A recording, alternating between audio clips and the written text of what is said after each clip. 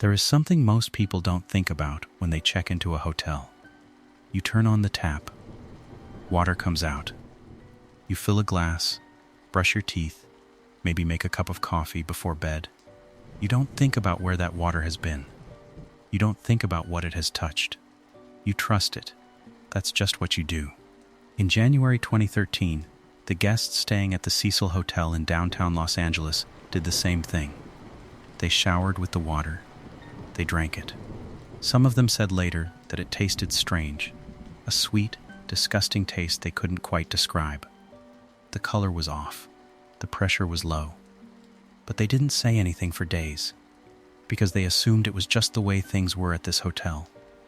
19 days after Elisa Lam was last seen alive, her body was found floating in the water tank on the roof.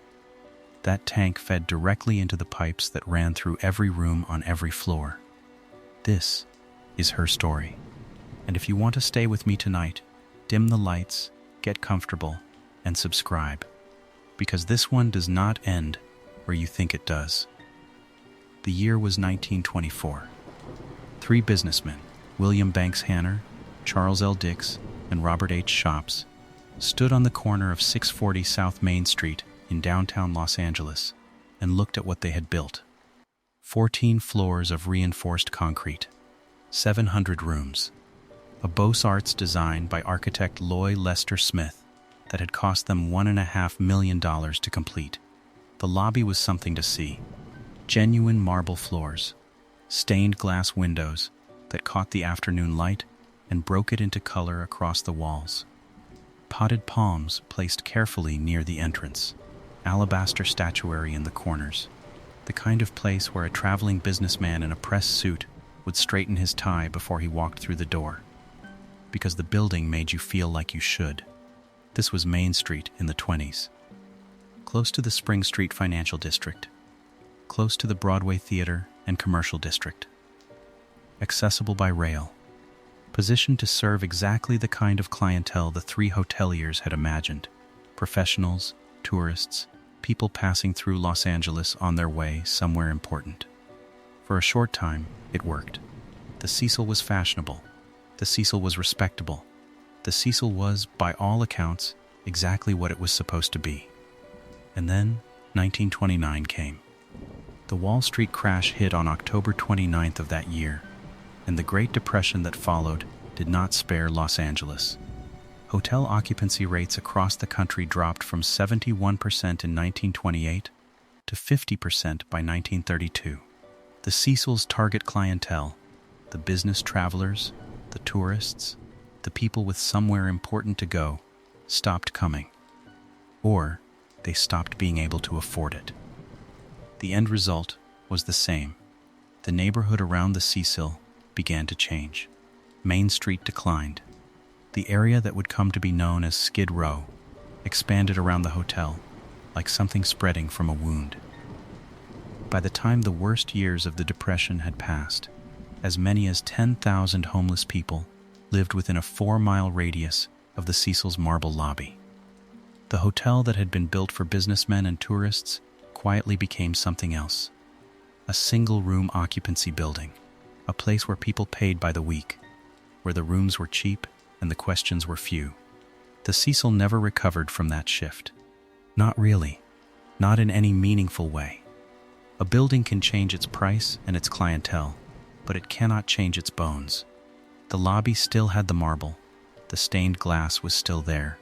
But somewhere in the years between the glamour and the decay, the building developed a different kind of reputation entirely. The first documented death happened in 1931, just 7 years after the hotel opened. A man registered under the name James Willies of Chicago checked into the Cecil.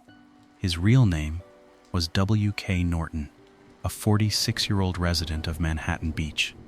He went to his room and took a number of poison capsules. His body was found the following day. The Los Angeles Times reported the story. Less than a year later, a 25-year-old man named Benjamin Dodich shot himself in the head inside his room. A maid named Carrie Brown found him the next morning. No suicide note. In July of 1934, a 53-year-old former Army Medical Corps sergeant named Louis D. Borden slashed his own throat with a straight razor. He left a note mentioning ill health. In March of 1937, a Marine Corps member leaped from the top of the building and was found on the skylight of a neighboring structure. These were not isolated incidents. They were the beginning of a pattern. Throughout the 1940s and into the 1950s, the deaths continued. Suicides, one after another, in the rooms and from the windows. The hotel's long-term residents began to give the building a name between themselves. They called it the suicide. Not with horror, eventually, just with the flat certainty of people who had lived somewhere long enough to know its true character. The nickname stuck. By 2008, 2 longtime residents used it when speaking to journalists, and it spread from there into social media and into the wider public consciousness. But the residents had been saying it for years before that. They said it because it was accurate. September of 1944. This one is different, and it belongs in this story because it shows how strange the Cecil's history had already become, years before anyone had heard of the Night Stalker or Elisa Lam. A 19-year-old woman named Dorothy Jean Purcell was staying at the Cecil with a 38-year-old man named Ben Levine. In the early hours of the morning, she woke with severe abdominal pain. Not wanting to disturb Levine, she went to the bathroom alone. What happened next is almost impossible to process. She gave birth to a baby boy. She had no idea she had been pregnant. In a state of shock and confusion, she believed the infant was dead. She threw the newborn out of the bathroom window. The baby landed on the roof of the neighboring building. He was not dead. He was alive when the emergency services arrived, but he did not survive. Dorothy Jean Purcell was tried for murder and acquitted on grounds of temporary insanity. She walked free. The baby had no name. The story made the newspapers. It was one of the first times the Cecil appeared in print in connection with something that could not be easily explained or categorized. Not a suicide, not a murder in the conventional sense. Just something that happened inside those walls that seemed to belong to a different category of reality altogether. 1962. The year the hotel killed a stranger. By 1962, the Cecil had accumulated enough of a reputation that longtime residents were already using the nickname the suicide without irony. But what happened on a particular afternoon in October of that year was something different in kind. Different because this time, the death did not belong only to the person who chose it. Pauline Otten was 27 years old. She had been in her 9th floor room at the Cecil, talking with her estranged husband, Dewey Otten, about their failing marriage.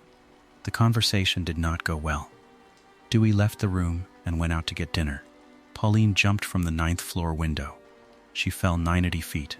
On the sidewalk below, a 65-year-old man named George Giannini was walking past the Cecil Hotel, heading somewhere, minding his own business in the way that strangers on a sidewalk always are.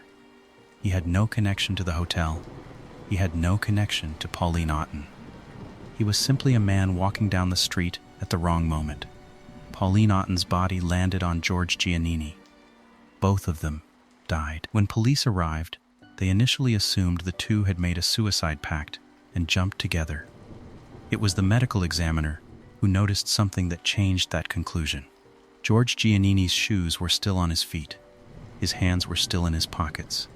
When a person falls 90 feet and strikes the ground, the force of impact is sufficient to throw shoes clear of a body. His shoes were on because he had not fallen. He had been walking. He had been standing upright on the sidewalk, a stranger to everything that was happening 9 floors above him, right up until the moment he was struck from above. The last thing Pauline Otten did while she was alive was take the life of a man she had never met. That is the Cecil Hotel in 1962. 2 years later, a retired telephone operator named Goldie Osgood was found dead in her room at the Cecil. She had been a long-term resident, the kind of person who becomes part of the fabric of a place, who the other tenants know by sight and by habit.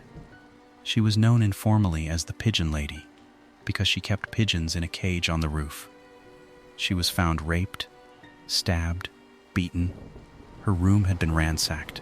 A man named Jacques B. Elinger was charged with her murder. He had been found wandering the streets near the hotel, covered in blood. He was later cleared as a suspect. The murder of Goldie Osgood has never been solved. It remains an open case. The 1980s. A different kind of resident.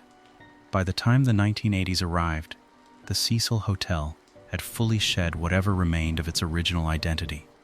It was a place where you could rent a room for $14 a night, where the front desk did not ask many questions, where the hallways and the nearby alleyways were, by multiple accounts from people who lived there, in a state of what one journalist described as total, unmitigated chaos. It was the kind of chaos that made certain things invisible. And that invisibility was exactly what Richard Ramirez needed. Ramirez is known to most people by his media-given name, the Night Stalker. Between 1984 and 1985, he conducted a killing spree across the greater Los Angeles area that terrorized the city in a way that has not been replicated since. He broke into homes in the middle of the night. He attacked people while they slept. He was convicted of 13 murders, 5 attempted murders, and 11 sexual assaults. He was a Satanist, and he incorporated elements of satanic ritual into some of his crimes. His victims ranged in age from 6 to 82. During the active period of his killings, Richard Ramirez lived at the Cecil Hotel, paying $14 a night for a room on the top floor. After an attack, he would return to the hotel in the early hours of the morning. He would dispose of his bloodied clothing in the dumpster in the alley behind the building. According to accounts from people who were there, he would then walk into the lobby, sometimes barefoot, sometimes wearing blood-stained underwear, and go upstairs to his room. Nobody said anything. One former hotel resident, Kenneth Givens, described the Cecil during that era as a place where people simply did not intervene, where the bar for unusual behavior was so low and the tolerance for whatever was happening in the hallways so complete that a man arriving in the early morning covered in evidence of violence was not remarkable enough to report. The serial killer was hiding in plain sight. In a building full of people, in the middle of downtown Los Angeles. For months, he was finally caught in August of 1985, not because of anything connected to the Cecil, but because Los Angeles residents recognized him from police sketches that had been broadcast after a string of attacks. Neighbors in East Los Angeles apprehended him on the street. He was convicted in 1989 and sentenced to death. He died of cancer in 2013, the same year Elisa Lam's body was found in the water tank on the roof of the hotel he had once called home. 1991. The hotel attracts another one. 6 years after Ramirez was caught, a 41-year-old Austrian journalist and author named Johann Jack Unterweger checked into the Cecil Hotel. He was there on assignment for an Austrian magazine, writing a piece about the differences between American and European approaches to prostitution and street crime. He had arranged a ride along with the Lapt. He was, by all appearances, a legitimate journalist doing legitimate work. What the Lapt did not know, what almost no one in Los Angeles knew, was that Jack Unterweger was a convicted murderer who had been released from prison in Austria just the previous year after serving 15 years of a life sentence for strangling an 18-year-old woman with her own bra in 1974. During his imprisonment, Unterweger had taught himself to read and write. He had published an autobiography. He had written children's stories that were broadcast on Austrian radio. He had written plays. His work had attracted the attention of Austrian intellectuals, including Nobel Prize winners who championed his case for release. The Austrian president had pardoned him. The prison warden, upon releasing him, had declared, "We will never find a prisoner so well prepared for freedom." The prison warden was wrong. Within 4 months of his release, Unterweger had murdered a Czech prostitute named Blanka Bokov in Prague, strangling her with a ligature and leaving her body near the Vltava River. In the months that followed, 7 more women in Austria were strangled and left in forests, all sex workers, all killed with the same distinctive method. Police in Austria were beginning to suspect him, but before they could act, Unterweger had obtained his journalism assignment, booked his flight to Los Angeles, and checked into the Cecil Hotel. During 5 weeks at the Cecil, while going on ride-alongs with the Lapt and interviewing sex workers about the dangers of their lives, Unterweger murdered 3 women: Shannon Exley, 35 years old, on June 20th; Irene Rodriguez, 33 years old, on June 28th; Peggy Jean Booth, 26 years old, on July 3rd. All 3 were strangled with their bras, tied into a distinctive ligature that was his signature. He left Los Angeles before authorities connected the murders to him. He returned to Austria. He continued writing. He continued giving interviews. He was eventually arrested in Miami in February of 1992 after Austrian police linked the murders. In June of 1994, Unterweger was convicted of 9 murders by an Austrian court. The night of his conviction, he hanged himself in his prison cell using a thin cord from his sweatpants tied around his own neck in a knot that was identical to the ligature he had used on his victims. One Austrian politician said it was Unterweger's best murder. By the time Elisa Lam checked into the Cecil Hotel on January 26, 2013, the building's documented history of violent, unexplained, and unresolved deaths stretched across 9 decades. At least 16 deaths in or immediately around the hotel are officially classified as sudden, violent, or unexplained. 12 are believed to have been suicides. Others are classified as murders or accidents. Some remain entirely unresolved, with no official determination ever made. 80 documented deaths in total, across the full span of the building's history, a number that includes suicides, murders, overdoses, and incidents that fit no clean category. 16 of those cases have never been fully explained. Elisa Lam would become one of them. That building was still standing in January of 2013. The marble lobby was still there. The stained glass windows were still there. The same 14 floors, the same 700 rooms, the same address on South Main Street in downtown Los Angeles. And on January 26, 2013, a 21-year-old student from Vancouver, Canada, walked through the front door carrying a backpack and a plan to continue her solo trip down the California coast. She called her parents every single day. She had promised she would. Everything was fine. Everything seemed perfectly fine.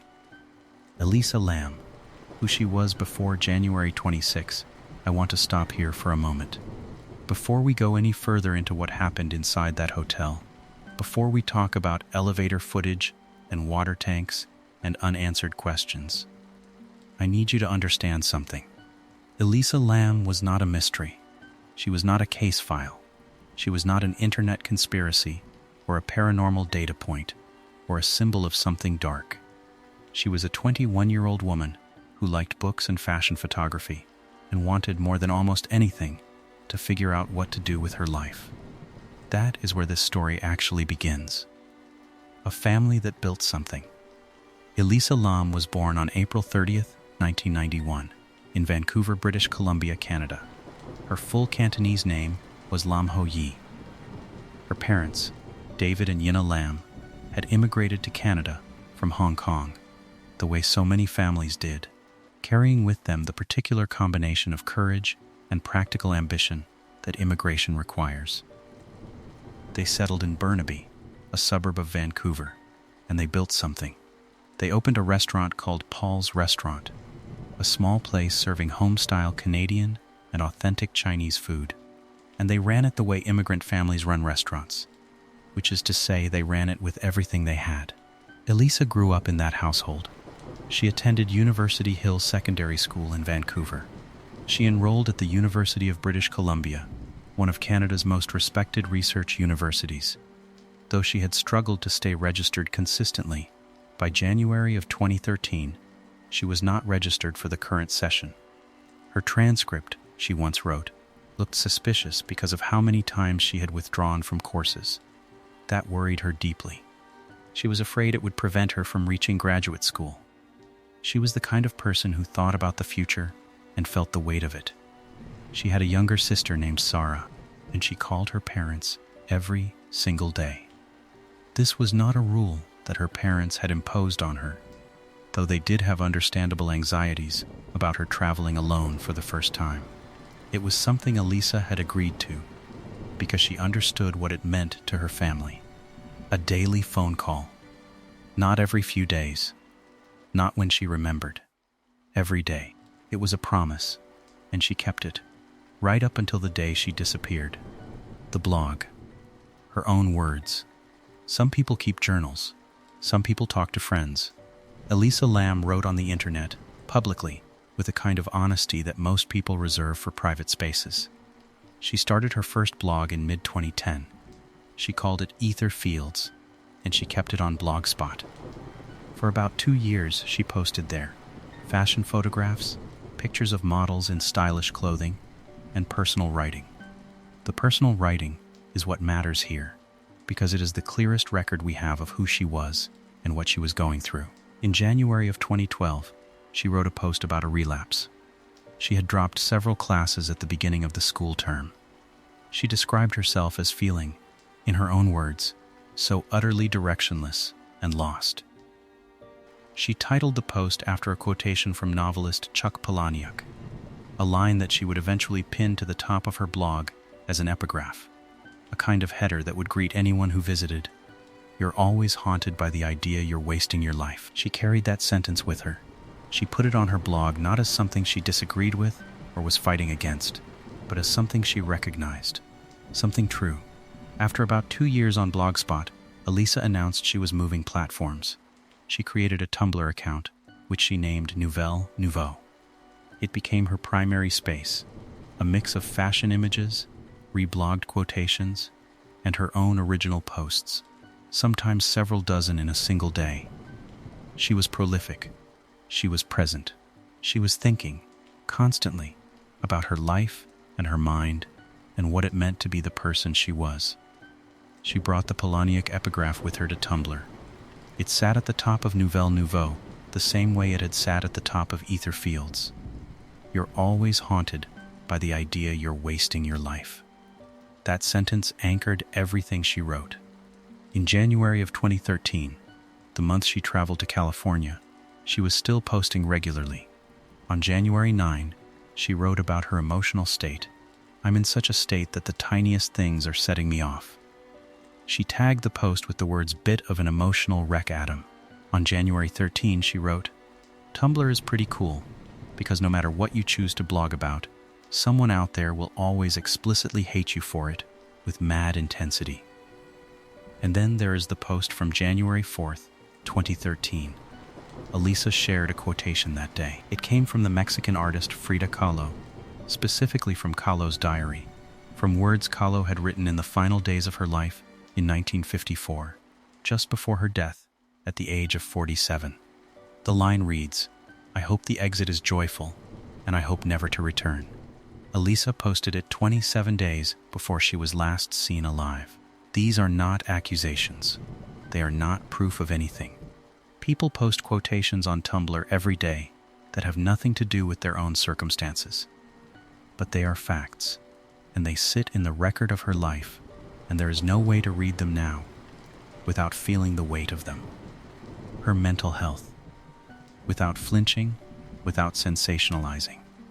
This part is important, and I want to be careful with it.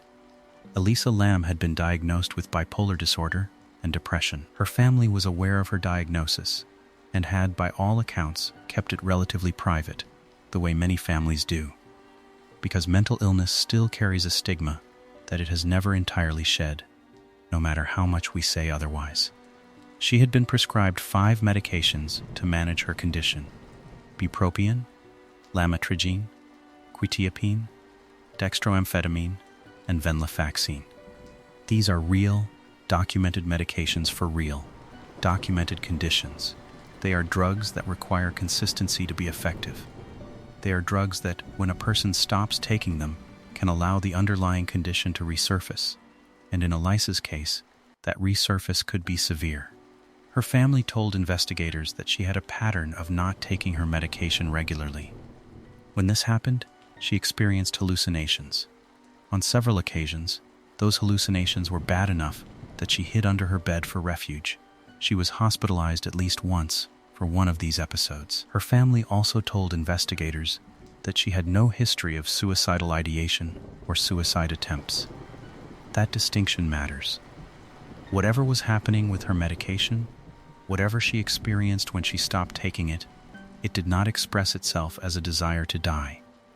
It expressed itself differently, as confusion, as paranoia, as a disconnection from reality that terrified her even as it was happening to her. She wrote about these experiences on her blog, not clinically, not from a distance, but from inside them.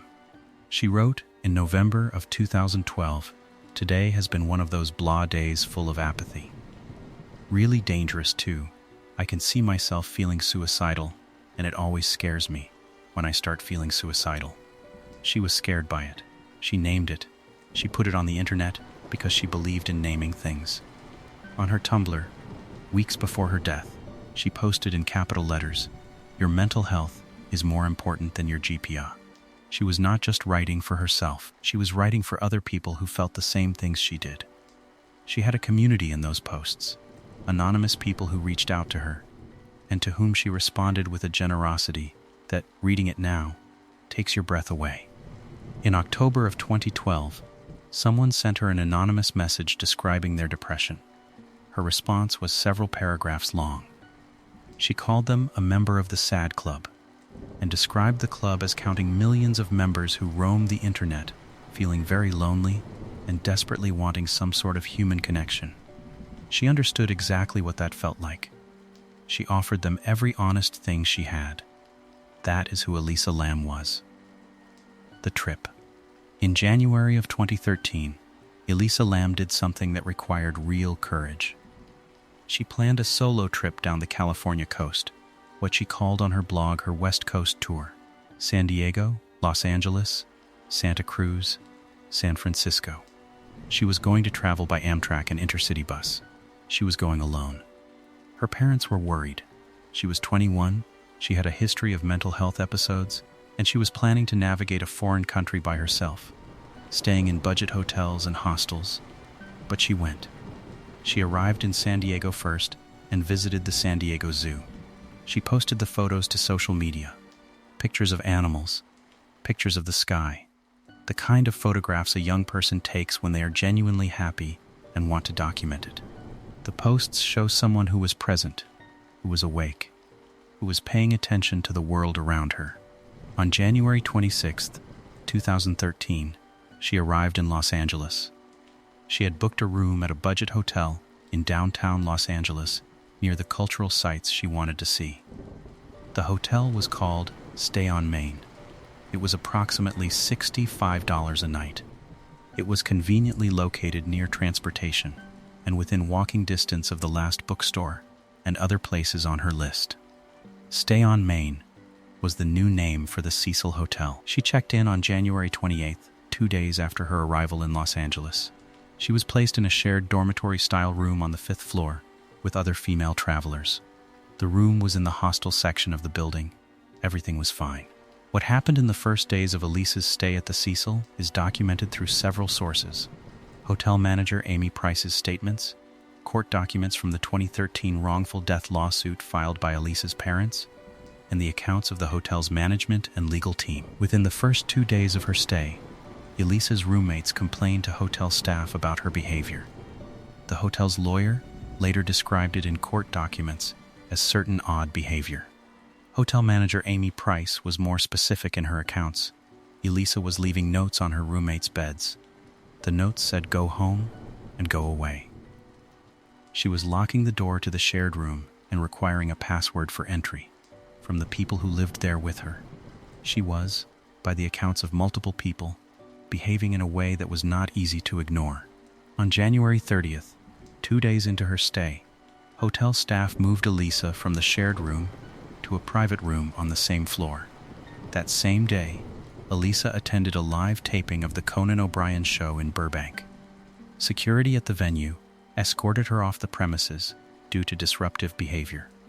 According to accounts reported in connection with the Netflix documentary about her case, she had written a rambling letter and was demanding that it be given to the host. Security determined she was a risk to other audience members and removed her from the building. That was January 30th. Later that same day, after being removed from the Conan taping, after being moved to a private room at the hotel, Elisa Lam walked to the Last Bookstore, a shop a short distance from the Cecil on South Spring Street in downtown Los Angeles. Katie Orphan, the manager of the Last Bookstore, remembered her. She was, Orphan told CNN, outgoing, very lively, very friendly. She was buying gifts, books and music, specifically chosen for her family back in Vancouver. She was thinking about her parents. She was thinking about her sister. She was thinking about the people at home who were waiting for her call each evening, and she was picking out things to bring back to them.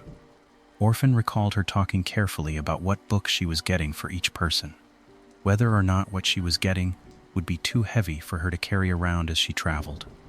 She had plans to return home. She had things in her hands that she intended to give to people she loved. That was January 30th, 2013. The next day was January 31st. It was the day she was scheduled to check out of the Cecil and continue her trip to Santa Cruz. It was the last day anyone saw Elisa Lam alive. January 31, the last day, January 31, 2013, began the same way most days begin at a downtown hotel. The halls were quiet in the early morning. The elevators ran. Somewhere in the kitchen, people were beginning the work of the day. The lobby had its particular kind of early morning atmosphere, the one that belongs only to hotels, where the people who are leaving and the people who are arriving briefly share the same space without acknowledging each other. Two different worlds passing through the same revolving door. Elisa Lam was supposed to leave that day. She had booked her stay through January 31st, and her next stop, Santa Cruz, further up the California coast, was waiting. She had gifts in her bag, chosen carefully from the shelves of the Last Bookstore the previous day. Books for her family, music, things she had picked up while talking to Katie Orphan about whether they were too heavy to carry. She had plans. What she did not have was someone who could say exactly where she was that morning. Hotel staff saw her in the building that day. She was moving through the hotel in areas that were not restricted to guests, and at some point, she went somewhere that was. Staff at the Cecil later told investigators that they had seen her that afternoon, wandering in an area not open to guests. They asked her to leave. She did. That was the last reported sighting of Elisa Lam by hotel staff. In person, face to face.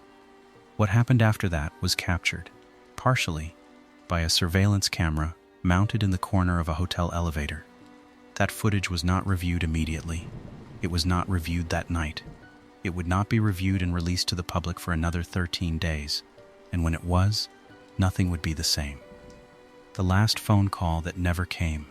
Every single day of her trip, from the moment she boarded the Amtrak train in Vancouver until January 30th, Elisa Lam had called her parents. This was the agreement. David and Yina Lam had been anxious about their daughter traveling alone.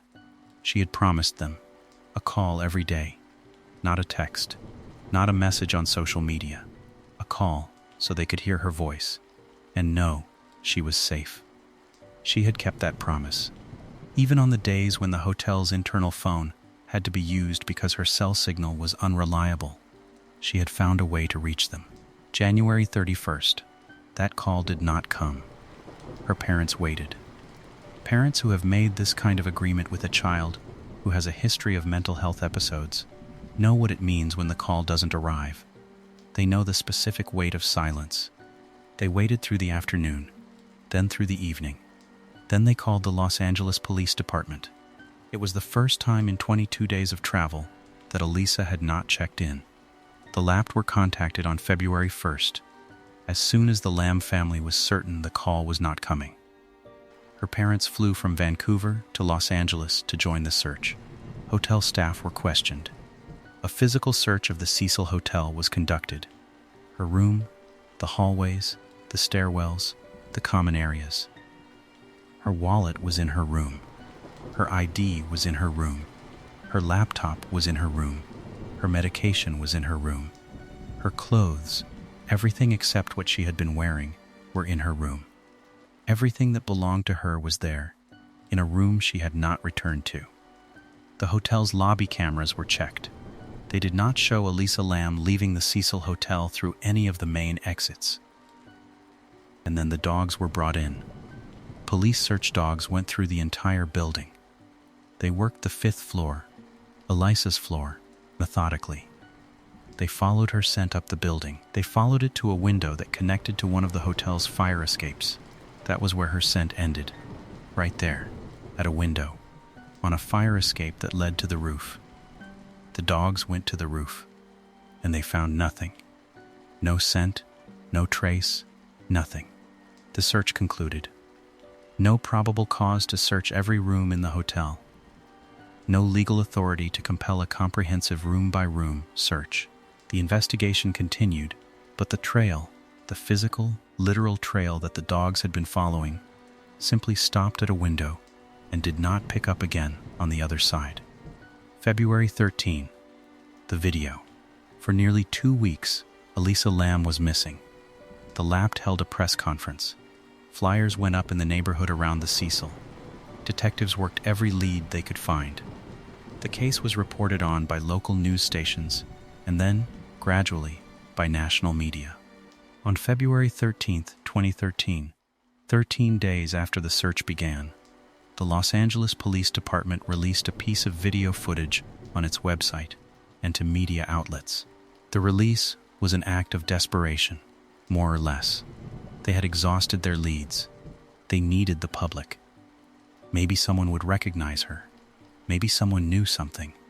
The footage had been captured by the surveillance camera mounted in the corner of one of the Cecil Hotel's elevators on January 31st, the last day anyone had seen Elisa Lam alive. What followed is one of the most analyzed, discussed, and debated pieces of security footage in the history of the internet. The video, as released by the Lapt, runs to approximately 2 minutes and 30 seconds. It shows a single angle, the interior of the elevator cab, with a partial view of the corridor outside through the open elevator doors. At the beginning of the footage, the elevator doors are already open. The corridor outside is empty.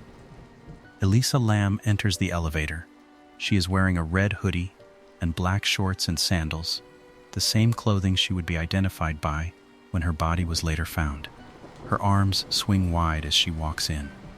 She is moving with what one observer later described as a relaxed, fluid gait. She is not running. She is not stumbling. She walks to the panel of floor buttons and presses them. Multiple buttons. She appears to press nearly every button on the panel in 2 separate sessions. The elevator does not move. The doors do not close. She moves to the back left corner of the elevator and stands there. Her arms are at her sides. She looks out at the corridor. Then she moves to the elevator doors and peers out into the hallway. To the left, to the right. She steps out of the elevator and looks down the corridor in one direction, then looks back toward the elevator. She steps back inside. The doors still do not close. She moves toward the corner again, then steps back out. She stands beside the elevator, just to the side of the doors, in a position where someone inside the elevator would not be able to see her unless they leaned out. She stays there for several seconds.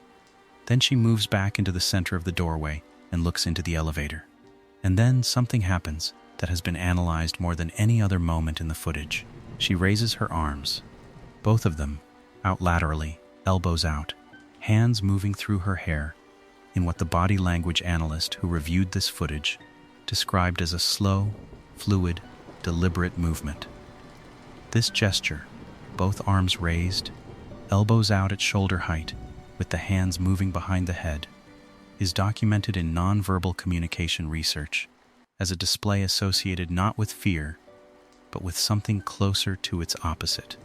The analyst, writing in detail about the footage, described it as a strong and highly reliable indicator of what might be called social interest, the kind of gesture a person makes when they are engaged with someone or thinking intensely about someone. She does not look afraid. That is the thing that stops everyone who watches the footage carefully. Every person who watches and expects to see a terrified woman hiding from something finds, instead, a woman who does not appear terrified at all. A body language analyst published an extensive review of the footage in the days after it was released and reached this specific conclusion: Elisa Lam is displaying no indication of fear. There is definitely some element of play present here. Play. Not panic, not terror. Play. She lowers her arms. She re-enters the elevator. Her hands brace against the door frame as she steps back inside. The analyst noted this as potentially suggesting a physical instability, perhaps lightheadedness. She stands inside the elevator, and then she walks out of frame. The elevator doors, which had been standing open through all of this, for the entire duration of what we have just watched, finally close on their own, behind her, after she is gone. What the footage does not show. The released video is approximately 2 minutes and 30 seconds long. Internet analysts, the first wave of people who began dissecting the footage in the hours after its release, noticed something immediately. The timestamp on the video is blurry. Not slightly blurry, unreadably blurry, in a way that seemed inconsistent with a standard security system. You cannot read the numbers. You cannot determine the exact time at which any of this occurred. They also noticed that the timestamp appeared to jump around the 2:57 mark in a way that suggested a cut, a discontinuity in the footage. A moment where what you are seeing is not continuous from what came before. Working backward from the length of the released clip and the jump in the timestamp, a significant number of independent analysts concluded that approximately 53 seconds of footage had been removed from the video before its release. 53 seconds. In 53 seconds, a person can enter a frame and leave it. In 53 seconds, something can happen that changes everything you think you understand about what you are watching. The lab has never officially confirmed that the footage was altered or edited before release. The lab has also never officially denied it. Hotel manager Amy Price went on record saying that the footage had not been tampered with on the hotel's end. Who edited it, why it was edited, and what those 53 seconds contained, if they existed at all, has never been explained. Why the doors stayed open. This is the question that most people come to after watching the footage, and it deserves a direct answer. The Cecil Hotel's elevators were installed by the Otis Elevator Company when the hotel opened in 1924. They were Otis elevators. Otis, at that time, manufactured elevators with a specific feature: the door open button. When held, physically pressed and held, the door open button would keep the elevator doors open indefinitely, preventing the car from moving or the doors from closing. This is not a malfunction. It is a feature. It is documented in elevator operation manuals and is used in freight, hospital, and service contexts specifically to allow extended loading time. In the footage, Elisa Lam presses multiple buttons on the panel. The doors do not close after she presses them. One possible explanation, consistent with what the footage shows, is that one of the buttons she pressed was the door open button, or that she accidentally activated a hold mode by pressing buttons in a combination that triggered it. This is the most technically straightforward explanation for why the doors stayed open. But here is what that explanation cannot account for. She pressed those buttons while standing inside the elevator. If she wanted the elevator to move, the last thing she would press is the button that holds the doors open. And the footage does not show her pressing a door hold button. It shows her pressing buttons and then the elevator not responding to any of them. The other explanation, the one that does not require a malfunction and does not require a mistake, is that someone outside the camera frame was holding the door open. From outside the elevator, a person could physically hold the door. This would prevent the sensor from completing its circuit and would keep the doors from closing. It is a documented phenomenon. Buildings with Otis elevators have reported service failures specifically caused by users physically holding doors open rather than using the door hold button. If someone was holding the door from outside the camera frame, they would not appear in the footage. The camera's angle showed the interior of the elevator and a partial view of the corridor directly in front of the doors. It did not show the full length of the corridor in either direction. It did not show the wall immediately beside the elevator doors, the wall that Elisa pressed herself against, just out of view, during the middle section of the footage. After the elevator doors closed behind her, Elisa Lam disappeared. Not metaphorically, physically.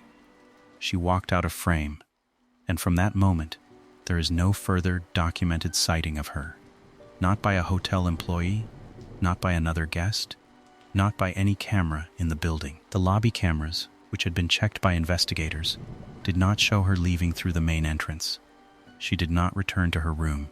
She did not contact her parents. Her phone, the one she had used to call home every day of her trip, was never recovered. Everything she owned was in that room on the 5th floor. She had chosen books for each member of her family. She had thought about whether they were too heavy to carry. And she walked out of an elevator and into a corridor and vanished from the record.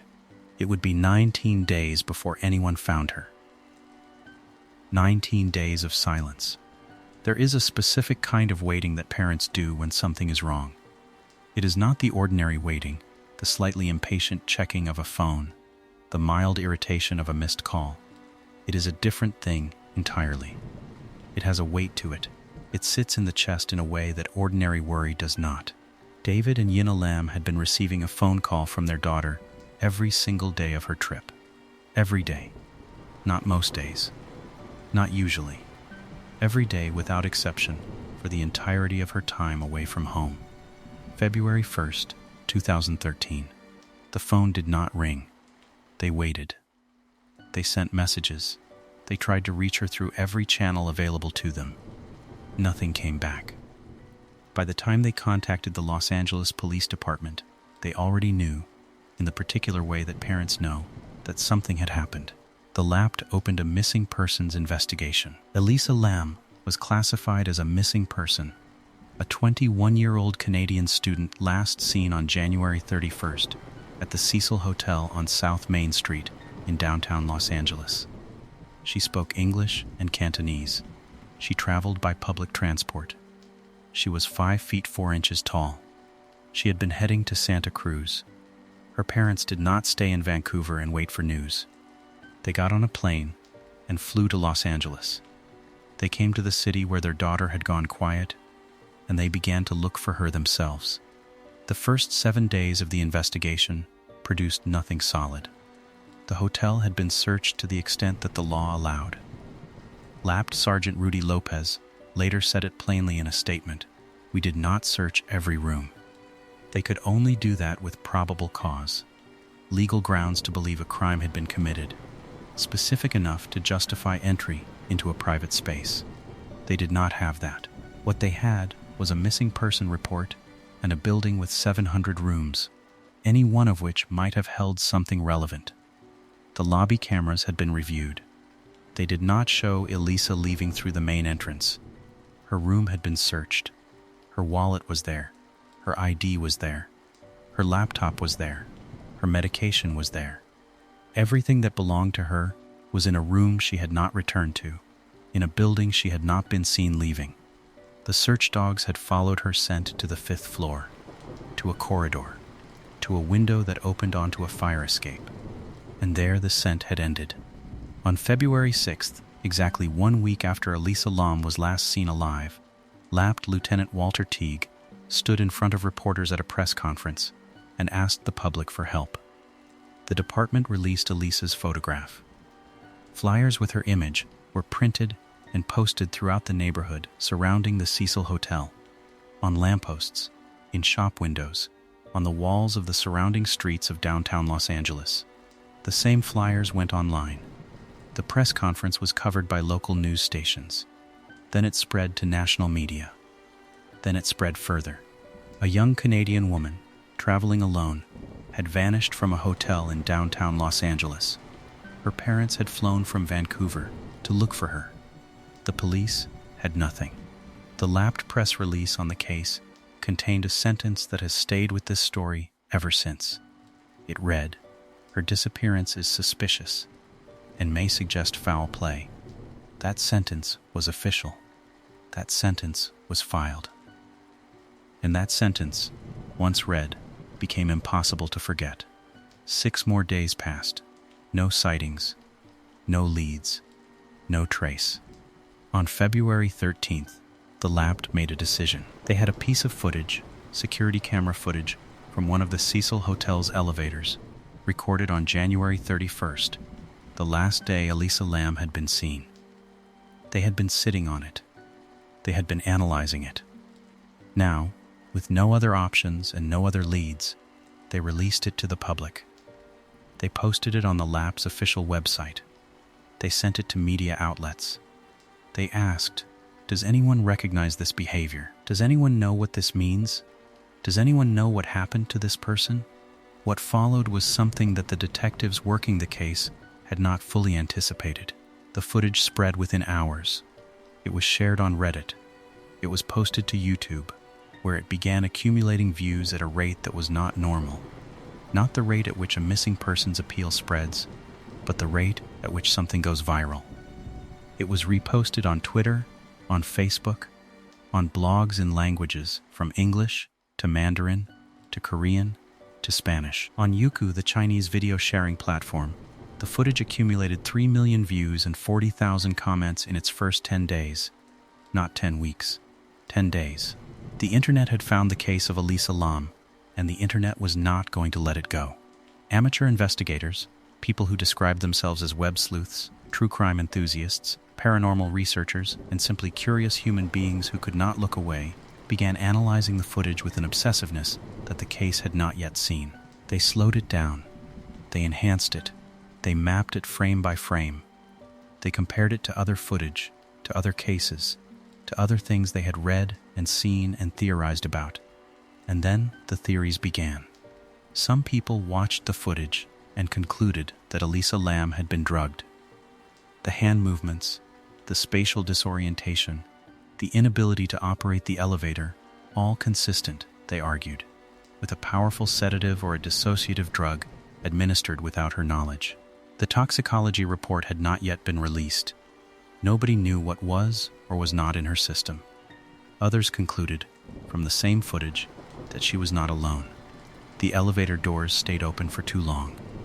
She looked around corners in a specific pattern. She pressed herself against the wall beside the elevator doors in a way that suggested she was hiding from something or someone who was out of frame. "There is someone else there," these people said. "Someone the camera cannot see." A third group went somewhere else entirely. They found a Korean internet game known as the elevator game, or elevator to another world.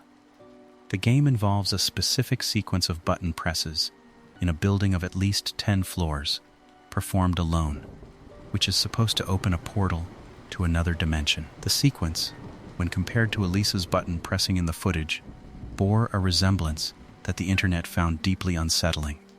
She had pressed nearly every button in a pattern that was not entirely random. Some people said she was playing the game. Some people said she summoned something. Others pointed to a death metal musician who posted videos online under the stage name Morbid. His content, uploaded around the time of Elisa's death, referenced her disappearance in ways that the internet found suspicious. His face was analyzed against the elevator footage. His videos were dissected for clues. He received thousands of messages accusing him of murder. He was entirely innocent. Investigators confirmed he was in Mexico the day she died.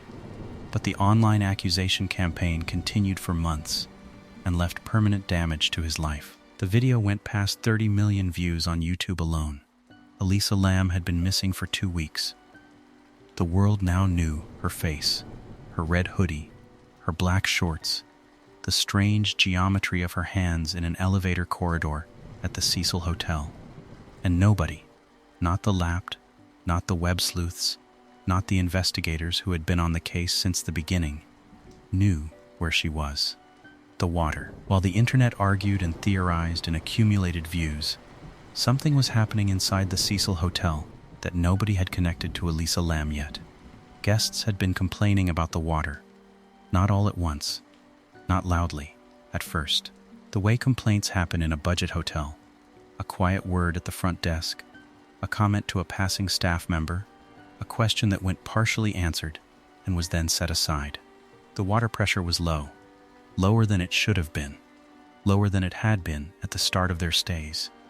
Then the other complaints began. The water looked strange. Some guests said it was discolored. Some described it as dark, brownish, almost black in the worst accounts. A British couple named Sabina and Michael Baugh, who had been staying at the hotel for 8 days during this period, spoke to CNN after the discovery and described the water as having an unusual taste. The taste, they said, was sweet. A sweetness that was not pleasant. A sweetness that was wrong. They had been drinking it. They had been brushing their teeth with it. They had been showering in it. Hotel management had received these complaints. The complaints were not acted on with urgency. There was no immediate investigation of the plumbing, no prompt inspection of the rooftop tanks. The hotel had old infrastructure. Complaints about water pressure and water quality at an aging downtown Los Angeles building were not, on their own, necessarily alarming. Old pipes did unusual things. This was not a new property with new systems. The complaints continued. Nobody checked the tanks. On the morning of February 19, 2013, 19 days after Elisa Lam was last seen alive, a maintenance worker named Santiago Lopez was sent to the roof to investigate the ongoing complaints about water pressure and water quality. He climbed up to the rooftop, where 4 1,000-gallon water tanks sat in a row, feeding water to the guest rooms and kitchen and coffee shop of the Cecil Hotel. He noticed that the hatch on one of the tanks was open. He looked inside. February 19, Santiago Lopez had been working at the Cecil Hotel since 2010. 3 years. That is long enough to know a building, to know which pipes make noise when the temperature drops, to know which floors have the oldest plumbing, to know which complaints are routine and which ones mean something is actually wrong. On the morning of February 19, 2013, the complaints about the water had been building for several days. The guests were reporting low pressure, the kind where the shower runs weak and the faucet takes longer than it should. Some were reporting that the water looked off, discolored, darker than water has any business being. And there were reports of a taste, an unusual sweetness that sat wrong in the mouth and did not go away. The kind of taste that makes a person put the glass down and not pick it up again. Lopez received word that something needed to be checked. The tanks on the roof needed to be inspected. That was his job, and he went to do it. He took the elevator to the 15th floor.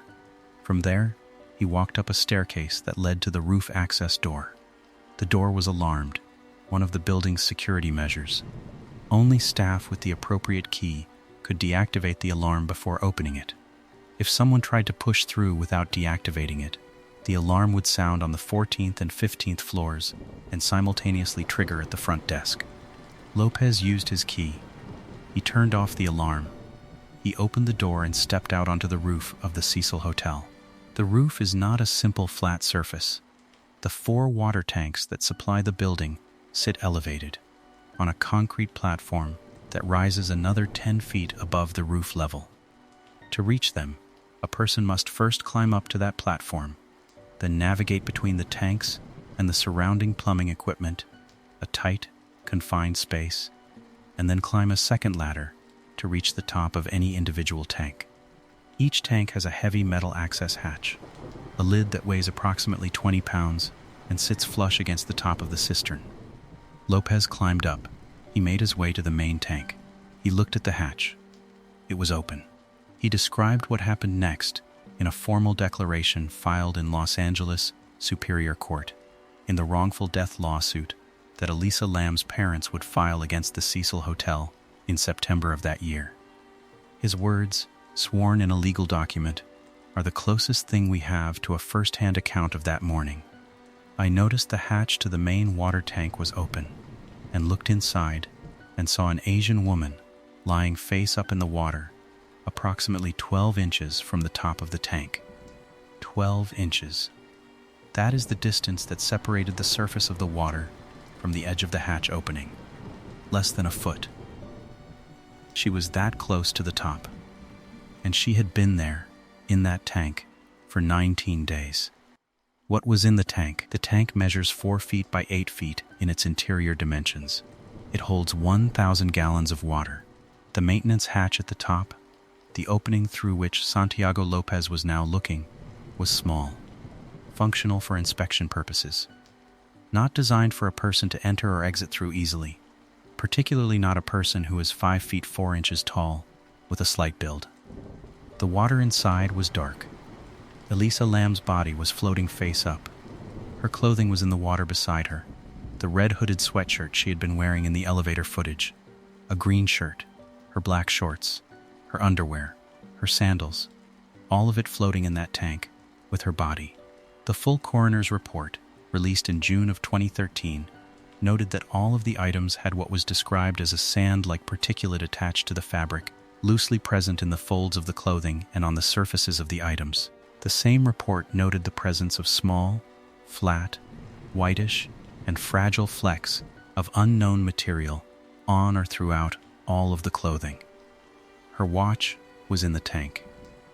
Her room key, the physical key card for her Cecil Hotel room, was in the tank as well. Her phone was not there. Her phone has never been recovered. Lopez did not go into the tank. He reported what he had found, and the Los Angeles Fire Department was called to the roof of the Cecil Hotel. When LAFT personnel arrived and assessed the situation, they faced an immediate and practical problem. The maintenance hatch was too small to lower equipment through, too small to lower a person through in any way that would allow safe removal of a body, too small, in practical terms, to do what needed to be done through the opening as it was designed. They drained the tank first. 1,000 gallons of water, the water that had been feeding the guest rooms and the kitchen and the hotel's coffee shop, was pumped out. Then, when the tank was empty, firefighters cut a hole in the side of the cistern, not the hatch, the side of the tank itself. They cut through the metal of the tank's wall to create an opening large enough for equipment and personnel to work through. That is how Elisa Lam's body was removed from the Cecil Hotel water tank on February 19, 2013, through a hole that had to be cut into the side because no existing opening was large enough. NBC Los Angeles reporter Lolita Lopez, who covered the case, later said in an interview, "In 22 years plus of doing this job as a news reporter, this is one of those cases that kind of sticks with me, because we know the who, what, when, where. But the why is always the question. The why. In 12 words, the entirety of what this case has never answered. The hatch. There is one specific detail about the discovery that has never been fully resolved, and it matters more than almost any other single fact in this case. Santiago Lopez stated clearly, in his sworn court declaration, that the hatch to the main water tank was open when he arrived. Open. He had not opened it. It was already that way. But an LAPT spokesperson went on camera in the days following the discovery and stated that police believed the hatch had been found closed. Closed. These two accounts are mutually exclusive. The hatch was either open or it was closed. There is no middle position, and the difference between those two states is not a minor technical detail. If the hatch was open when Elisa's body was found, as Lopez insists, then the question of how she got into the tank is disturbing. But the question of why the hatch was open is at least answerable within the framework of a tragic accident. She entered the tank. The hatch remained open because she could not close it from inside. She could not get out. If the hatch was closed when her body was found, as the LAPT initially indicated, then the situation changes entirely. Because it would mean that after Elisa Lam entered the tank, the hatch was closed from the outside. A 20-pound metal lid. Closed from outside. The discrepancy between Lopez's sworn statement and the LAPT's public account was never officially reconciled. It was not addressed in the final coroner's report. It was not resolved in the wrongful death lawsuit, which was dismissed in 2015 before reaching trial. It remains, on the record, an unresolved contradiction between two official sources, neither of whom has retracted or amended their account. Pedro Tovar, the Cecil's chief engineer and Lopez's supervisor, filed his own declaration in the same lawsuit. He had worked at the Cecil for 30 years. In that time, he said, he had never heard of anyone, guest or otherwise, being injured near the water tanks. He had never been aware of a guest gaining unauthorized access to the roof. He noted that the rooftop alarm had appeared to be in good working order and that he had not been informed of it activating in the weeks before Lam's death. No alarm had sounded. And yet, somehow, Elisa Lam had gone from an elevator on one of the lower floors to the top of a 1,000-gallon water tank on a platform 10 feet above the roof of a 14-story building. 19 days. Every room. Every shower. The Los Angeles County Department of Public Health issued a do-not-drink order to all guests remaining in the Cecil Hotel on February 20th, 2013, the day after the body was found. February 20th. Elisa Lam had been in that tank since January 31st. 19 days.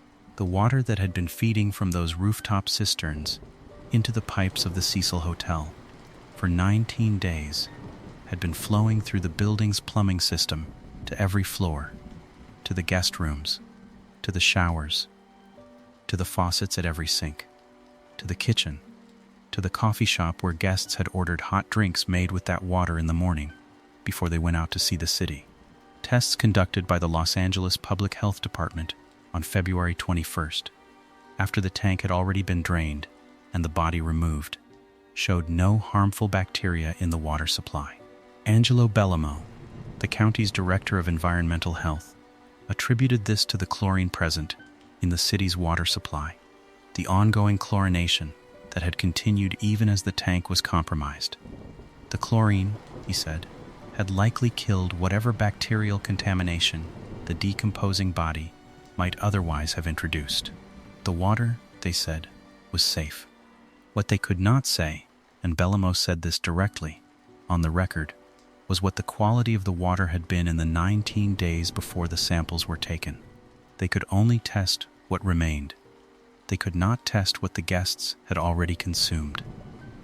A British couple named Sabina and Michael Baugh had been staying at the Cecil for 8 days.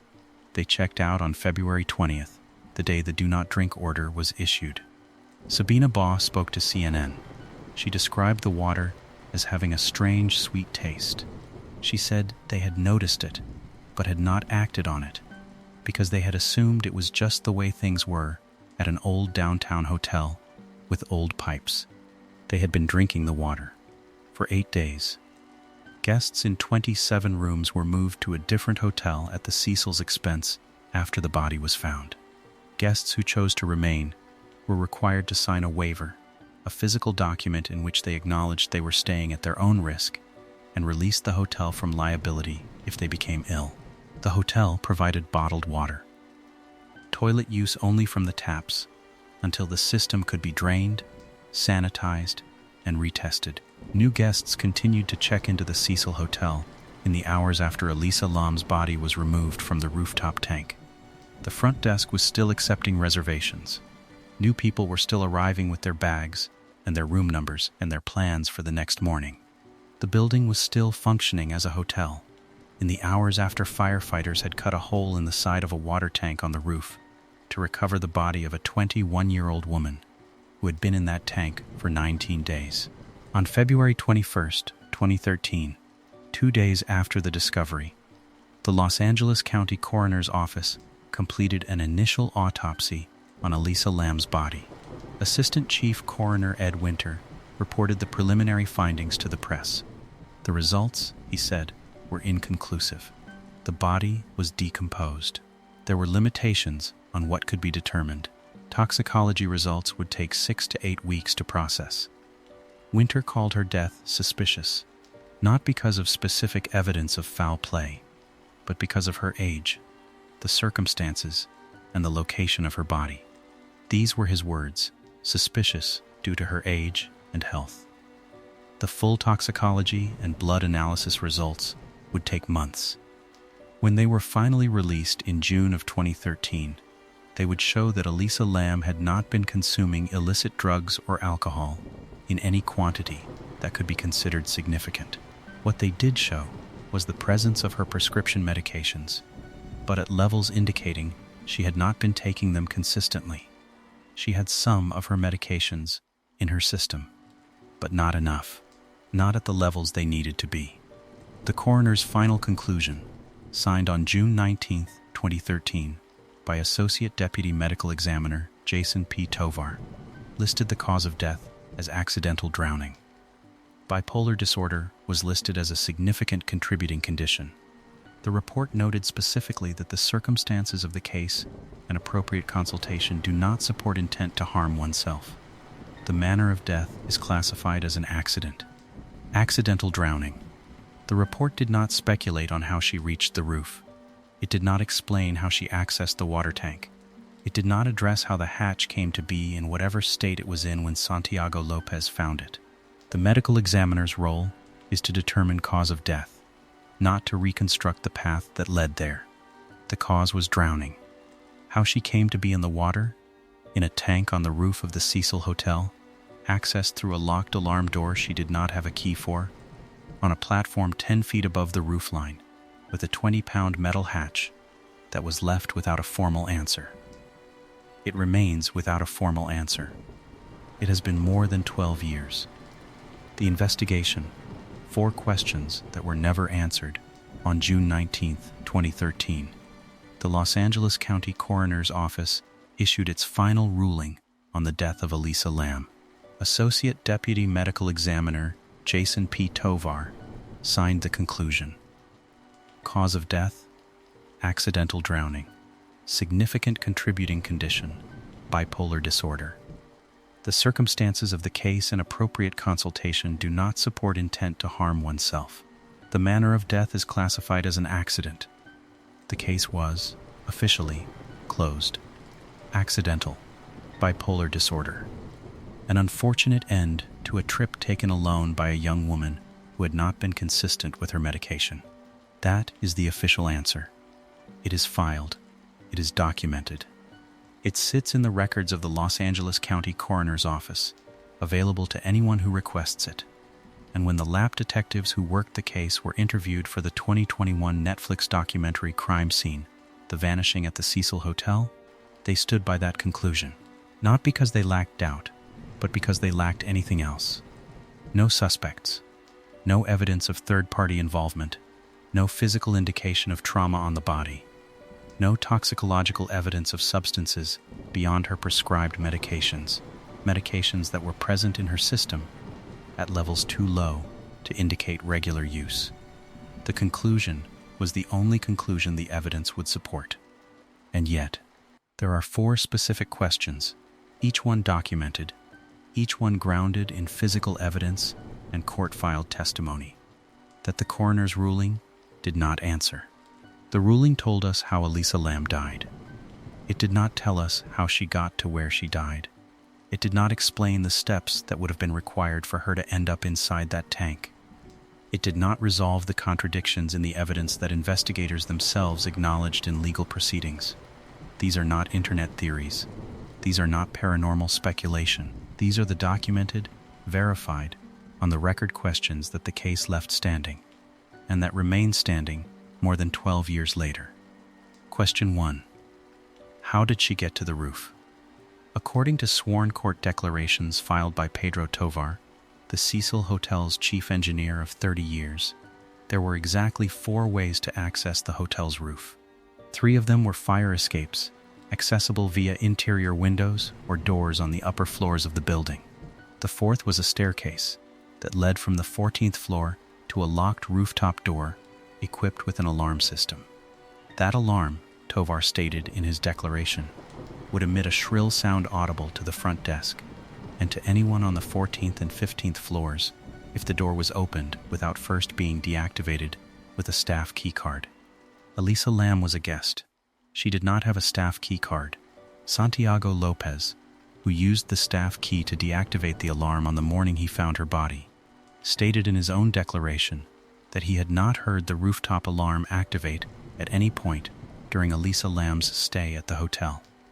No other staff member reported hearing it. The front desk had no record of the alarm being triggered.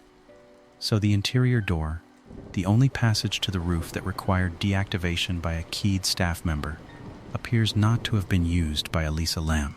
The alarm was never triggered. The staff key she did not have was never used. That leaves the 3 fire escapes. After Elisa's body was discovered and the case became a matter of public record, a video was posted online by an individual who accessed the Cecil's rooftop via the fire escape route and recorded the experience. The video documented something that investigators had to acknowledge. The fire escape was accessible. A window on the upper floors of the building connected to the fire escape exterior. The window did not have an alarm. It was not locked with a staff key. A guest could, in theory, push the window open and step out onto the fire escape platform. The search dogs that were brought into the Cecil Hotel in the days after Elisa's disappearance tracked her scent through the building and up to one specific location, a window. A window on one of the upper floors. A window that connected to the fire escape. And there, the scent ended. The dogs went to the roof via the fire escape route after picking up her trail. They searched the roof. They searched around the water tanks. They found no trace of her. Not a trace. On the roof. While she was, apparently, inside one of the water tanks on that same roof. The lapped officers who worked the case, speaking years later, have said they believe this is because the dogs were working at a disadvantage. The scent had been in a water tank, submerged, for a period of time that degraded its detectability. It is a reasonable technical explanation. Search dog scent tracking has documented limitations. Water particularly interferes with scent dispersal. It is a reasonable explanation. It does not change the fact that trained search dogs physically went to the roof of the Cecil Hotel, physically searched the area surrounding the water tanks, and found nothing, while Elisa Lam was in one of those tanks. Question 2. What would it take to get into the tank? This is the question that requires the most precision, because it is the question that has been most frequently distorted in both directions, by those who say it was impossible and by those who say it was simple. The physical requirements for a person to enter one of the Cecil Hotel's rooftop water tanks are documented in sworn court declarations and confirmed by multiple independent sources. They are as follows. First, the person would need to access the roof, which we have already established requires either the alarmed interior door via staff key or the fire escape window route. Second, from the roof surface, the person would need to climb to the platform on which the 4 tanks sit. That platform is elevated approximately 10 feet above the roof level. There is no fixed staircase to that platform. Hotel workers accessed it by using a portable ladder. On the night that Elisa Lam disappeared, no ladder was found near the tanks by investigators. Let that sit for a moment. No ladder was found near the tanks. The LAP's official position, consistent with the coroner's accidental drowning ruling, is that Elisa Lam climbed to the roof via the fire escape, then somehow managed to reach the 10-foot-high platform where the tanks sat, then climbed the side of one of the individual tanks to the top, pushed open the 20-pound hatch lid, and either fell or lowered herself inside. The official answer to the question of how she climbed 10 feet to the platform without a ladder, and then climbed the exterior of the tank to the hatch without a ladder, is that a person in a severely manic or psychotic state can accomplish physical feats that would not be typical under normal conditions. This is not fiction.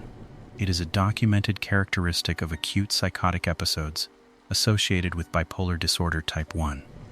People experiencing psychotic breaks have been documented to climb, scale, and navigate physical obstacles in ways inconsistent with their normal capabilities.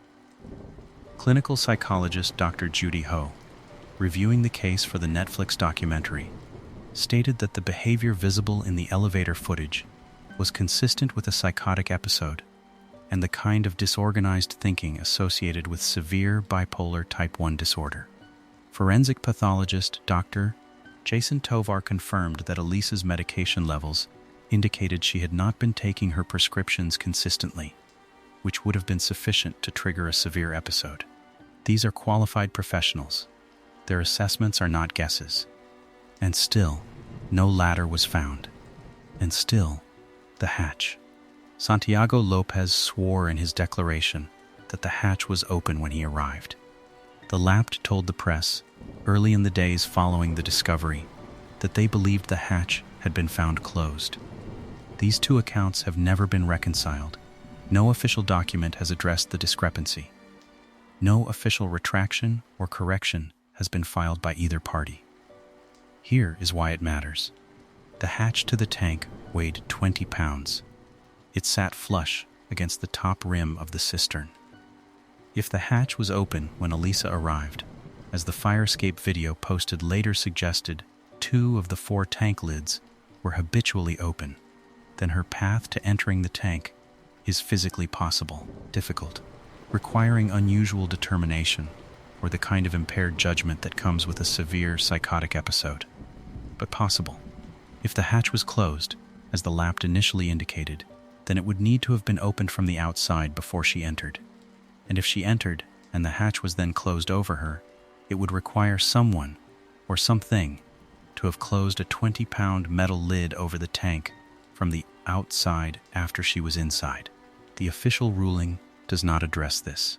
Question 3. Why did the dogs find nothing?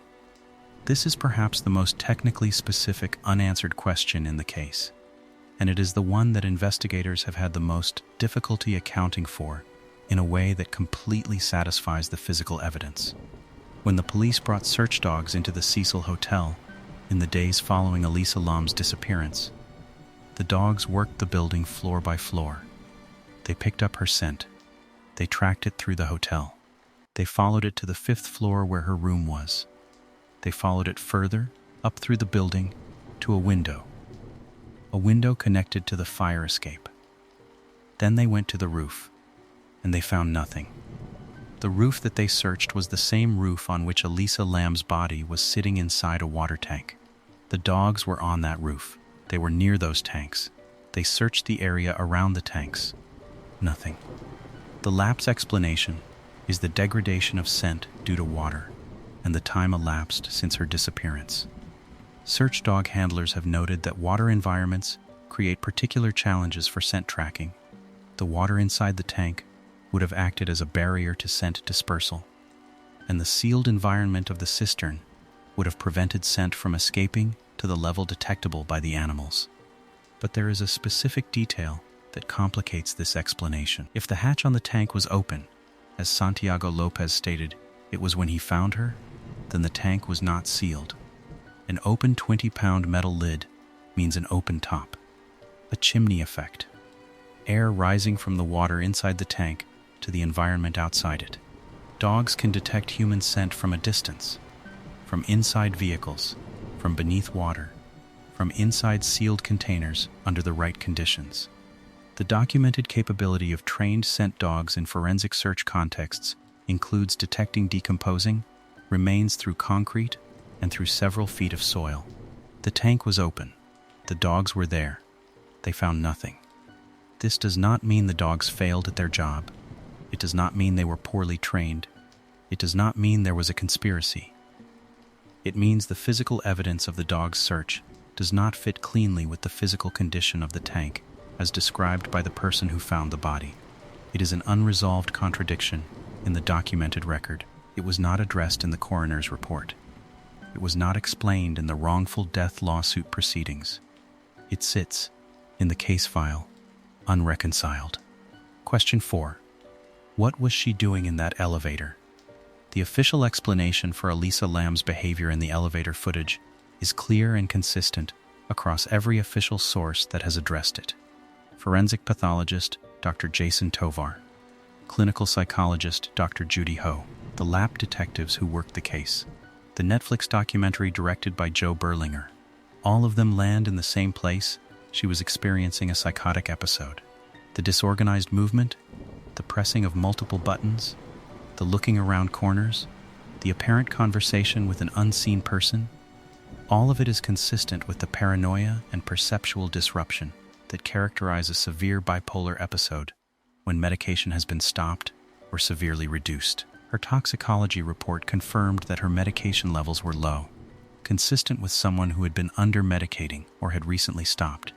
Her family confirmed she had a history of episodes when she stopped taking her medication, including hallucinations and, on at least one occasion, hiding under her bed.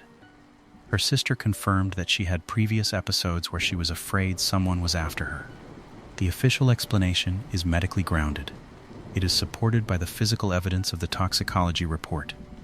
It is consistent with documented behavioral patterns in her history. And then there is the body language analysis. Multiple analysts, including at least one formally published review that was widely cited in 2013, reviewed the footage and reached a conclusion that does not sit easily alongside the paranoia explanation. The word that appears consistently across these analyses is not fear. It is not panic. It is not terror. The word is playful. A body language analyst who published an extensive frame-by-frame review of the footage in the days following its release noted that the arm movements Elisa makes, both arms raised laterally, elbows out at shoulder height, hands moving, are associated in documented nonverbal communication research, not with fear, but with a display of social interest, with engagement, with the kind of physical self-presentation a person makes when they are aware of and engaged with another person, or when they are in a state of heightened positive attention. She was not cowering. She was not crouching. She was not pressed against a wall in terror. She was moving through a hotel corridor with a quality that multiple trained observers described as light, fluid, and engaged. With whom? With what? The camera does not show us. The elevator doors stayed open for the entire duration of her presence in and around the elevator. The doors finally closed after she walked out of frame. They did not close while she was in the elevator pressing buttons. They did not close during the 2+ minutes that she moved in and out of the doors. YouTuber and researcher John Lorden, who became extensively involved in analyzing the case and visited the Cecil Hotel in person, determined that one of the buttons Elisa pressed was the door hold button, which, on Otis elevators of the type installed at the Cecil, would keep the doors open for approximately 2 minutes without requiring the button to remain held. This is a documented technical explanation. It accounts for the door behavior in a way that requires no additional actors. It does not account for who or what she appeared to be gesturing toward. The camera's angle captured the interior of the elevator and a partial view of the corridor directly in front of the open doors. It did not capture the full length of the corridor in either direction. It did not capture the wall immediately beside the elevator doors, the wall that Elisa spent a significant portion of the footage pressed against, just outside of frame, before re-entering and eventually walking away. What was beyond the camera's field of view has never been established. The lab released the footage on February 13, 2013. Multiple sources have noted that the timestamp on the released footage is blurred, unreadably blurred in a way that prevents precise timing. Multiple analysts identified what appeared to be a discontinuity in the footage, a point where the timestamp appeared to jump in a manner inconsistent with continuous recording. Working from this, a significant number of independent reviewers concluded that the released footage was shorter than the original recording, that somewhere between 50 and 60 seconds of footage had been removed before the video was made public. The lab has never officially confirmed that footage was removed. The lab has never officially denied it. Hotel manager Amy Price went on record stating that the footage had not been modified on the hotel's end. The question of who edited it, whether it was edited, and what any removed footage might have shown, has never received an official answer. What the official ruling leaves standing. The accidental drowning ruling is the conclusion supported by the physical evidence in the coroner's custody. There is no dispute about the cause of death. Elisa Lam drowned. The water in the tank is what killed her. What the ruling does not address, and what remains, formally and officially, without a resolved answer, is the sequence of events that preceded her death. How did she access the roof without triggering the alarm system? How did she reach the 10-foot-high platform where the tank sat, when no ladder was found nearby? How did the dogs, trained to find human scent and physically present on the same roof, find nothing? What, exactly, was she doing in that elevator, and with whom, or with what, if anyone? Lapped Sergeant Rudy Lopez said in a statement to the press in the days after her body was found, "We are not ruling out foul play." He said this before the coroner's final ruling came in. Once the ruling was issued, foul play was officially set aside. The case was accidental. The case was closed. NBC Los Angeles reporter Lolita Lopez, who covered the story and has continued to reference it in the years since, put it this way: in 22 years plus of doing this job as a news reporter, this is one of those cases that kind of sticks with me, because we know the who, what, when, where. But the why is always the question. The why. Not the cause of death. Not the location. Not the date. The why. The connective tissue between what we know happened and how it could possibly have happened, the way the evidence suggests, has never been provided in any official document, any court filing, or any investigation record that is available to the public. It remains, as of today, a question without a filed answer.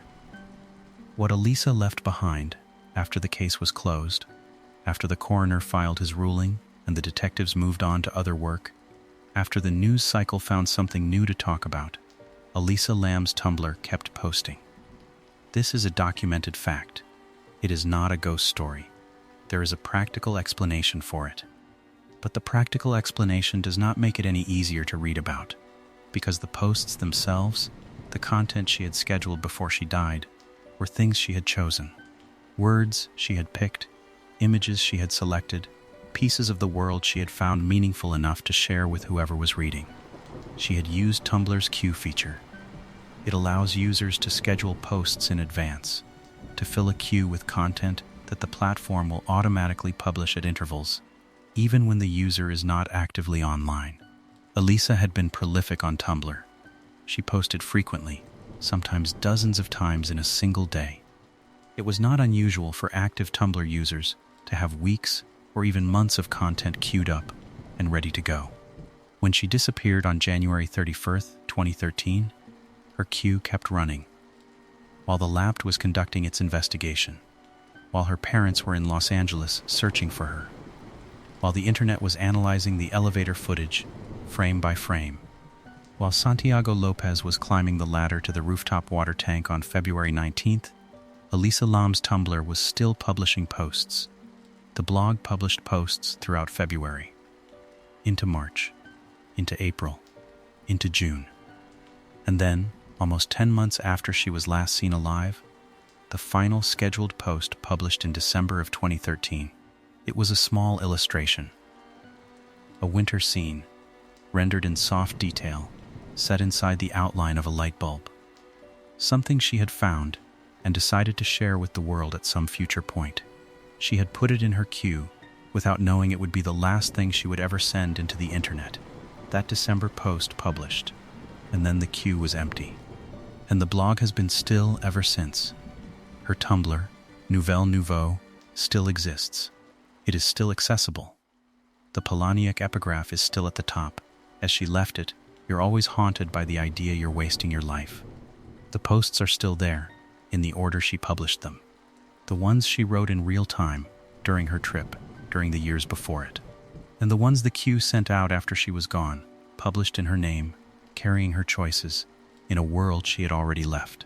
Joe Berlinger, who directed the Netflix documentary Crime Scene, The Vanishing at the Cecil Hotel in 2021, said in an interview that every word Elisa speaks in the documentary, through voiceover, came directly from her online posts. He said he did not want to invent dialogue or create speculative situations. Everything she says is something she actually wrote. He wanted to give her back her own voice. That decision drew some criticism. One reviewer called it a further intrusion on a private grief that has already been blundered into by an army of web sleuths. There is a legitimate argument there.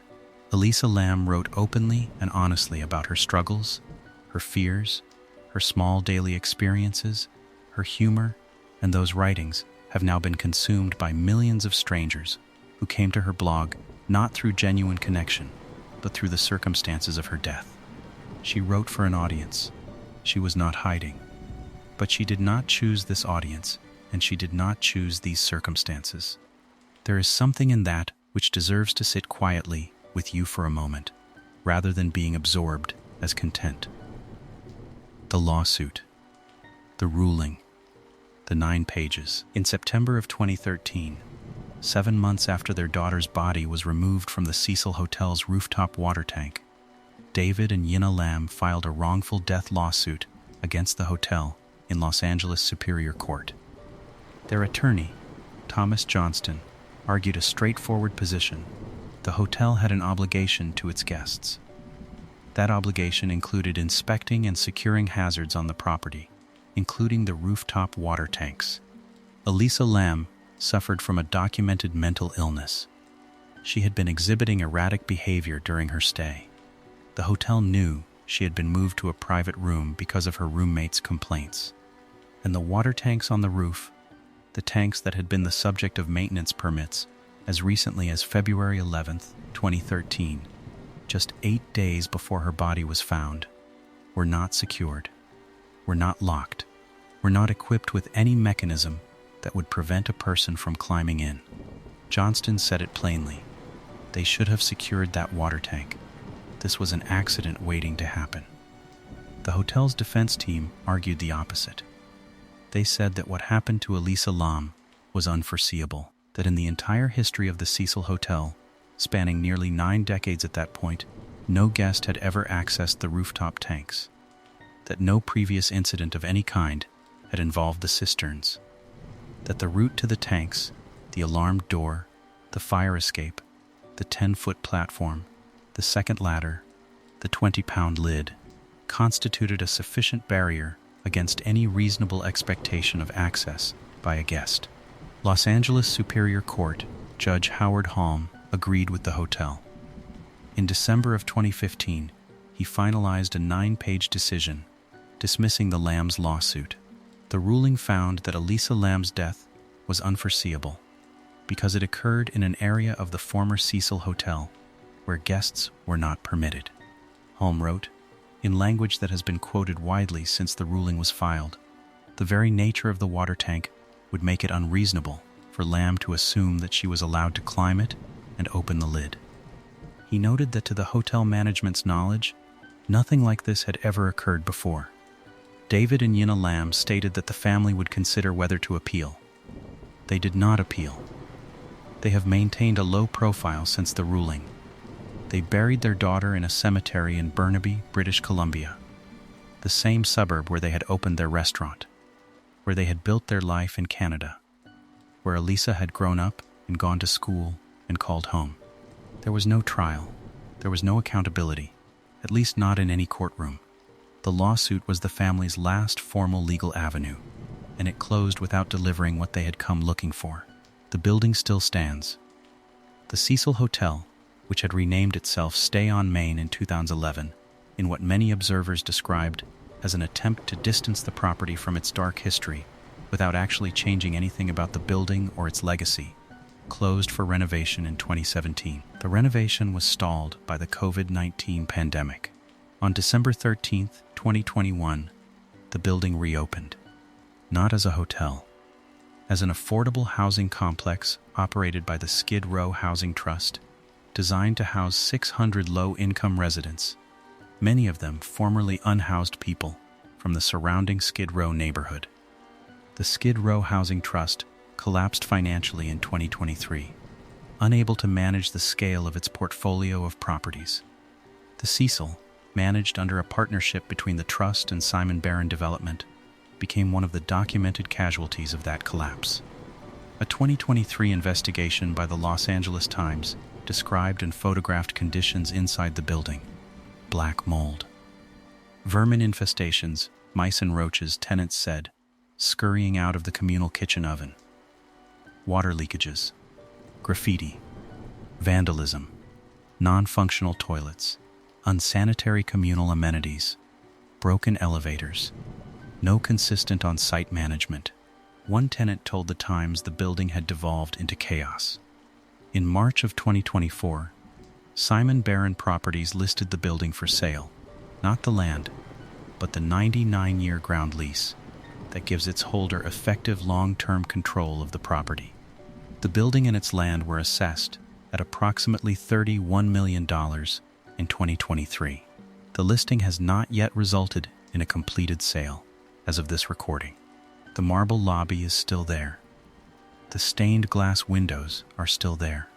The rooftop, where the 4 1,000-gallon water tanks still sit on their concrete platform, is still there. 640 South Main Street, downtown Los Angeles. 14 floors, 700 rooms, 100 years of history, most of it dark. A building that in 1924 was designed to welcome people, and that in the century since has done something else entirely with most of the people who passed through its doors. The line she left. On January 4th, 2013, 27 days before she was last seen alive, Elisa Lam reblogged a quotation on her Tumblr. It came from Frida Kahlo, specifically from Kahlo's diary, the personal journal that Kahlo kept in the final years of her life, a document of her thoughts and pain and persistence that was not published until decades after her death. The line Elisa shared was from the last pages of that diary, written by Kahlo in the days before she died in July of 1954 at the age of 47. The line reads, "I hope the exit is joyful, and I hope never to return." Elisa Lam posted it on January 4th. She tagged it. She shared it with whoever was reading her blog that day, with the casual confidence of someone who intends to keep posting tomorrow and the day after that. She did not write a caption. She did not add a comment. She just put the words out there and let them sit. 27 days later, she walked into an elevator at the Cecil Hotel in downtown Los Angeles and was never seen alive again. The post is still on her Tumblr, right where she left it. Frida Kahlo's words, Elisa Lam's choice to share them, a date in January that sits a little differently now than it did when she hit the reblog button. She was 21 years old. She had gifts in her bag for her family. She had plans to go to Santa Cruz. If you are still here, and I mean really still here, not just with the video playing in the background while you drift, then you know what kind of night this has been. You sat with Elisa Lam. You followed her from Vancouver to San Diego to Los Angeles.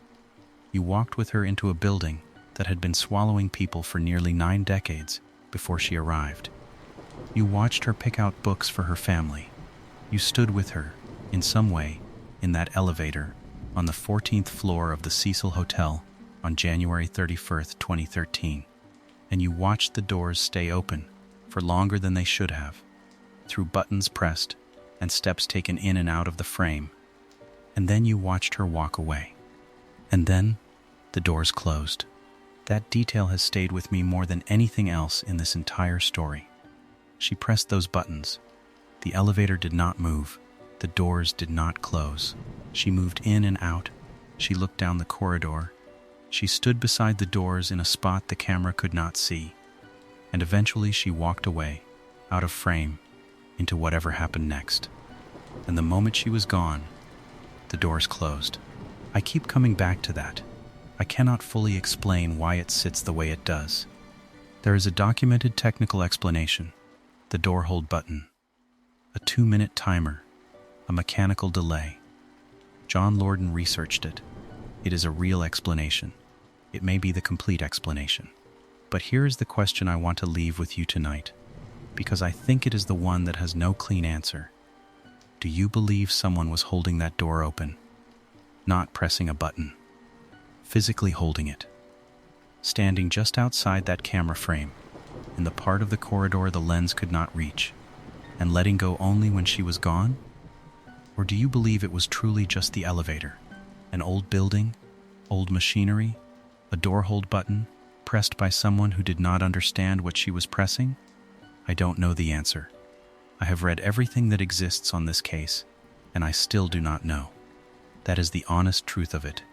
If tonight meant something to you, if Elisa's story stayed with you the way it stayed with me, the quietest thing you can do is subscribe.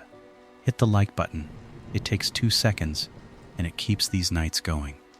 Leave your answer in the comments. I read them. Elisa thought she was on an adventure. Maybe she was. Maybe the adventure found her first. Sleep well tonight. Or don't.